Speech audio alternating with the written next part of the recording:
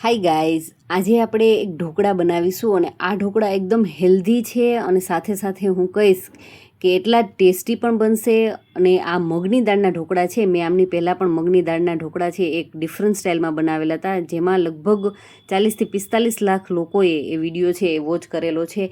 તો આ ઢોકળા પણ એટલા જ હેલ્ધી છે અને સાથે સાથે ટેસ્ટી છે. અને એવી ચટણી આપણે જબરદસ્ત તૈયાર કરીશું ને કે એમના સાથે આ ઢોકળા ખાવાથી તો એમનો ટેસ્ટ છે એકદમ બેવડો થઈ જશે. અને આ ઢોકળા તમે બાળકોને ટિફિનમાં મોકલશો ને તો પણ તમે બિંદાસ, કારણ કે બાળકો ખલાસ કરીને જ આવશે અને સાથે સાથે તમે હેલ્ધી ખવડાવ્યું ને એમનો આનંદ તમને ચોક્કસથી મળશે. તો સૌથી પહેલાં કોઈ પણ કટોરી સેટ કરી લેવાની છે અને એક જ કટોરીના માપથી આપણે એક વાટકી ભરી અને મગની દાળ છે એમને 3 થી 4 કલાક માટે પલાળીને રાખી દીધી હતી. હવે એ જ રીતે અત્યારે કોર્ન છે, મકાઈ છે લીલી, ખૂબ જ સારા પ્રમાણમાં આવતી હોય છે, તો એ બાઉલ ભરી અને મકાઈ છે બાફિયા વગરની કાચી જ મકાઈ લીધી છે. અને હવે બંને વસ્તુને આપણે એક મિક્સી જારની અંદર ટ્રાન્સફર કરી લેશું. જો પલાળેલી છે મગની દાળ એટલે થોડું ઘણું પાણી હોય, કદાચ જાય 1-2 ચમચી જેટલું, તો કશો વાંધો નહીં. અને હવે આપણી પાસે રહેલી જે મકાઈ છે, મકાઈના કાચા જ દાણા લેવાના છે, બાફવાની કોઈ જરૂરિયાત નથી.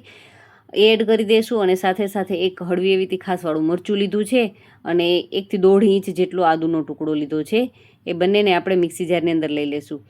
હવે એમની અંદર આપણે દહીં નાખી દઈશું 4 થી 5 ચમચી. તમે કદાચ કટોરી જે સેટ કરેલી હોય એ કટોરી ભરીને નાખી દેશો તો પણ ચાલશે. દહીં છે હળવી એવી ખટાશવાળું હોય તો વધારે સારો ટેસ્ટ આવશે. હવે એમને પીસી લેવાનું છે અને પીસવામાં આપણે ફાઇન પ્યુરી નથી કરવાની. જો આ રીતનું દરદરું જ પીસવાનું છે. અને અત્યારે મિશ્રણ છે હળવું એવું ઢીલું દેખાય છે, પણ આગળ જતાં એ સરસ થઈ જશે.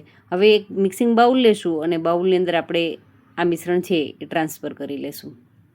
અને હવે એમની અંદર જ આપણે થોડુંક મિક્સી જારની અંદર પાણી લઈ લેશું, અડધા બાઉલ જેટલું, અને મિશ્રણ છે એ બધું લઈ લેશું. અને સાથે સાથે જ જે બારીકવાળી જે સૂજી હોય છે, રવો છે, એ મેં લીધો છે 2 બાઉલ ભરીને.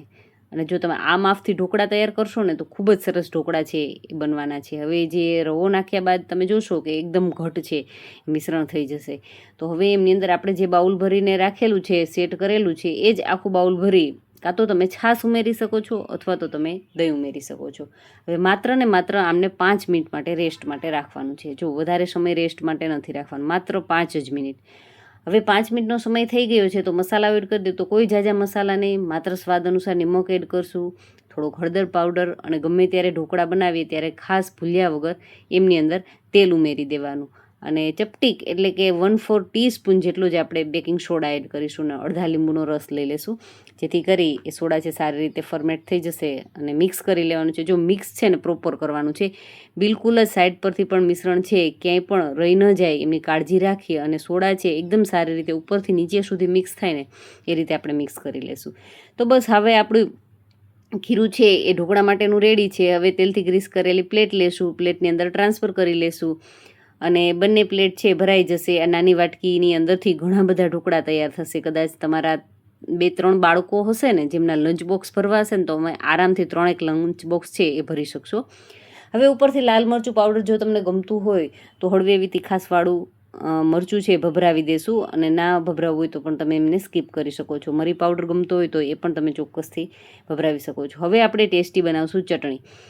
અને આ ચટણીનો તમે કદાચ વઘાર કરવો હશે ને આમની સાથે તો પણ તમે કરી શકશો. તો એમની માટે 7-8 કળી લસણ લીધું છે, 1 ટુકડો આદુનો લીધો છે, સાથે 1 તીખાસવાળું મરચું લીધું છે, અને ધાણા ભાજી લેશું, સાથે સાથે દાળિયા ઉમેરી દઈશું.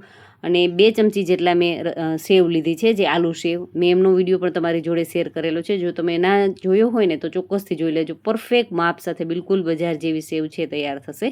હવે એમની અંદર ચપટીક જીરું એડ કરી દઈશું, સ્વાદ અનુસાર નિમક લઈ લેશું, અને જો ગળપણ પસંદ હોય તો તમે ખાંડ પણ ઉમેરી શકો છો. 1 ચમચી જેટલું લાલ મરચું પાવડર અને લીંબુનો રસ ઉમેરી દઈશું.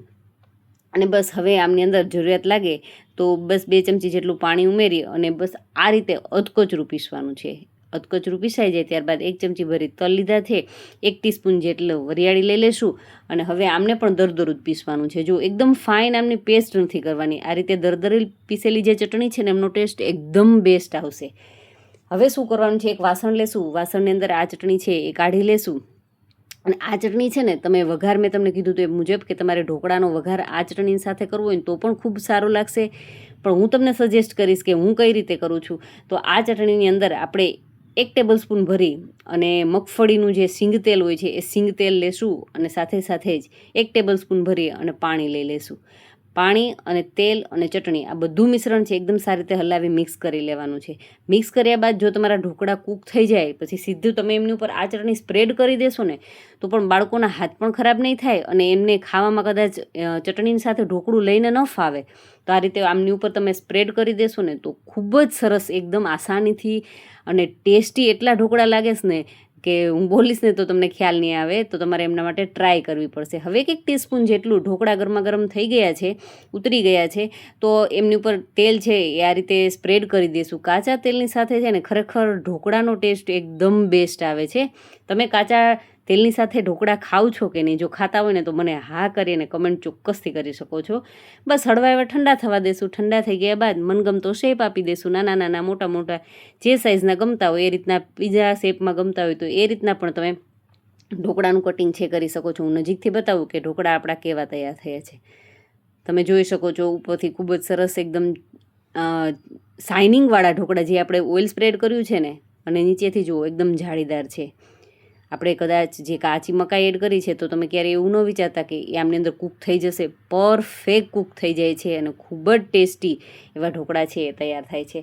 તો હવે આપણે ઢોકળાને સર્વ કરી દઈએ તો સરસ મજાની આપણે બનાવેલી એકદમ ટેસ્ટી એવી ચટણીની સાથે, અને સાથે સાથે જો તમે ખાતા હોય તો ડુંગળી પણ આમની જોડે ખૂબ જ સારી લાગે છે, તો ડુંગળીની સ્લાઇસ છે એ પણ લઈ લેશું. અને ઢોકળા તો આપણા છે જ ગરમા ગરમ, તો ગરમા ગરમ પણ એટલા ટેસ્ટી, અને કદાચ ઠંડા થશે ને તો પણ ખૂબ જ ટેસ્ટી લાગશે. અને સાથે જે ઘણા લોકોને પ્રશ્ન હોય છે ને કે ખાટિયા ઢોકળા ખાતી વખતે ગળામાં શું કે ડૂચો વળતો હોય, એ બધો જ પ્રશ્ન આ ઢોકળામાં, ઇન્સ્ટન્ટ ઢોકળા છે ને, વળી પાછા ઇન્સ્ટન્ટ પણ છે કે તમે બાળકો માટે લંચ બોક્સમાં પેક કરવા માંગતા હોય ને તો પણ તમે કરી શકો એવા ઇન્સ્ટન્ટ ઢોકળા છે. ખૂબ જ ટેસ્ટી, ઠંડા થયા બાદ પણ એટલા સરસ ટેસ્ટી લાગે છે. તો એકવાર ચોક્કસથી ટ્રાય કરજો. અને વિડીયો ગમ્યો હોય ને તો વિડીયોને લાઇક કરી અને તમારા ફ્રેન્ડ્સની જોડે આ વિડીયોને તો ચોક્કસથી શેર કરજો, કારણ કે અત્યારે ચોમાસામાં વરસતા વરસાદની અંદર મકાઈ આવે છે અને ચટપટું ખાવું હોય અને એ પણ ઝાઝીવાર રસોડામાં રહ્યા વગર, તો ઇન્સ્ટન્ટવાળા ઢોકળા છે એ ટ્રાય કર્યા જેવા છે. તો ચેનલને હજુ સુધી સબસ્ક્રાઇબ કરવાની બાકી હોય તો ચેનલને ચોક્કસથી સબસ્ક્રાઇબ કરી લેજો. Thank you for watching this videos.